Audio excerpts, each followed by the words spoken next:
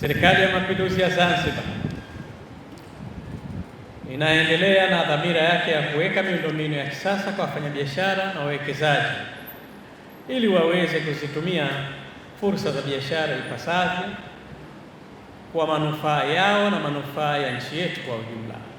Majukwaa ya biashara kama haya ni fursa muhimu kwenu katika kujiendeleza na kukuza biashara zenu kwa kujifunza mambo mbalimbali yanayohusiana na biashara. Ni wasihi washiriki wote wa maonyesho haya kuhakikisha mnaitumia vyema nafasi hii kukuza masoko kwa kubadilishana taarifa, uzoefu wa kibiashara, ili kila mmoja baada ya kuondoka hapa akawe chachu ya mabadiliko na maendeleo ya kibiashara na utoaji huduma katika eneo analolifanyia kazi. Kufanya hivyo, tutaweza kuakisi malengo ya kauli mbiu ya maonyesho haya ya 12 isemayo kujenga ukuaji jumuishi kupitia biashara na ubunifu.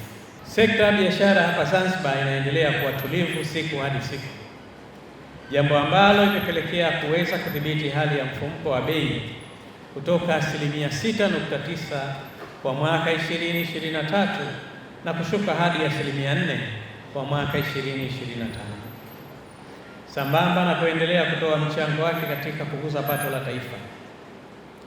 Hii inaonyesha wazi kuwa sekta ya biashara inazidi kuwa tulivu kutokana na mashirikiano yaliyopo baina ya serikali na ushiriki mkubwa wa sekta binafsi kwa kukuza viwanda na kufanya biashara katika maeneo mbalimbali yenye nasaba na biashara.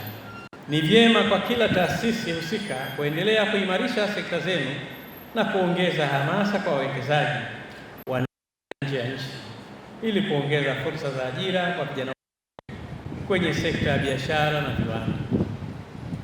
Nitoe wito kwa wawekezaji kujitokeza kuwekeza Zanzibar na Tanzania kwa ujumla. Niwahakikishie kwamba nchi yetu iko salama na ina fursa nyingi za kuwekeza. Napenda kutoa wito kwenu kuendelea kutumia majukwaa haya kutangaza biashara zenu pamoja na kukitumia kituo hiki kwa shughuli mbalimbali za mikutano, maonyesho na makongamano ili kulinda hazina kubwa ambayo serikali yetu imewekeza chini ya usimamizi wa Mheshimiwa Dr. Hussein Ali Mwinyi, Rais wa Zanzibar na mwenyekiti wa Baraza la Mapinduzi.